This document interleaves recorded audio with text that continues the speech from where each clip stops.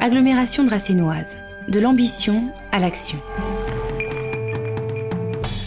La communauté d'agglomération dracénoise a été créée en octobre 2000 dans le prolongement de la loi sur la coopération intercommunale. Regroupant 8 communes en 2000, elle s'est élargie à 16 communes en décembre 2001 pour former un territoire de 715 km² et de 100 000 habitants. La Dracénie se caractérise par une ville-centre, Draguignan, l'émergence de pôles secondaires au sud et une couronne de villages provençaux. Elle est desservie au sud par 2 grandes infrastructures de communication, l'autoroute A8 avec un échangeur au Muy et une gare SNCF aux Arcs-sur-Argent. Au centre, Draguignan est connecté à ces infrastructures grâce à la D1555 en direction du Muy et la D555 en direction des Arcs.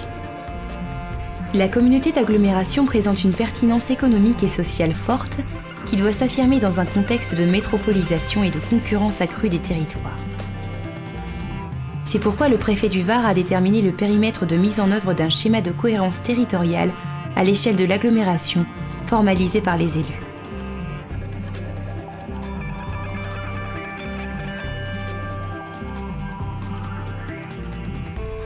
L'agglomération a également mis en place le Conseil de développement de la Dracénie, regroupant les acteurs du territoire et de la société civile.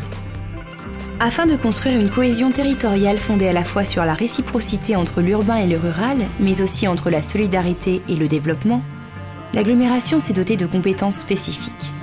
L'aménagement et la gestion des zones d'activité d'intérêt communautaire, la réhabilitation et la construction de logements en faveur des jeunes ou des actifs, la mise en place de dispositifs de développement urbain et d'insertion économique et sociale, l'organisation des transports urbains sur l'ensemble du territoire, la lutte contre la pollution de l'air, les nuisances sonores et la valorisation des déchets ménagers, l'aménagement des voiries ou parcs de stationnement à dimension communautaire, l'entretien et la gestion d'équipements culturels d'intérêt communautaire, la construction, l'aménagement, l'entretien et la gestion d'équipements sportifs d'intérêt communautaire, l'instruction des permis de construire, et enfin, la réalisation du système d'information géographique pour digitaliser les cadastres communaux. Toutes ces compétences sont planifiées, programmées, gérées et financées par les équipes de la communauté d'agglomération dracénoise. La Dracénie, c'est un bassin de vie unique où ont l'habitude depuis des décennies, pour ne pas dire des siècles, de se croiser, de travailler ensemble, de vivre ensemble bon nombre de nos concitoyens. Rapprocher les gens, leur donner un meilleur service public à l'intérieur même de ce territoire et directement dans leur propre commune, sans que ces communes puissent perdre leur identité. Eh bien voilà l'objectif majeur que nous nous sommes assignés.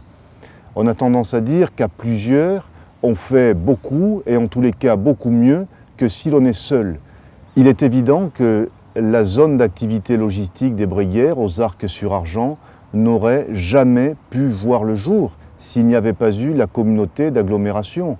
Cette zone d'activité logistique, elle est porteuse d'un millier d'emplois à horizon 2 à 3 ans donc maintenant, et c'est un élément essentiel pour le développement économique de notre territoire.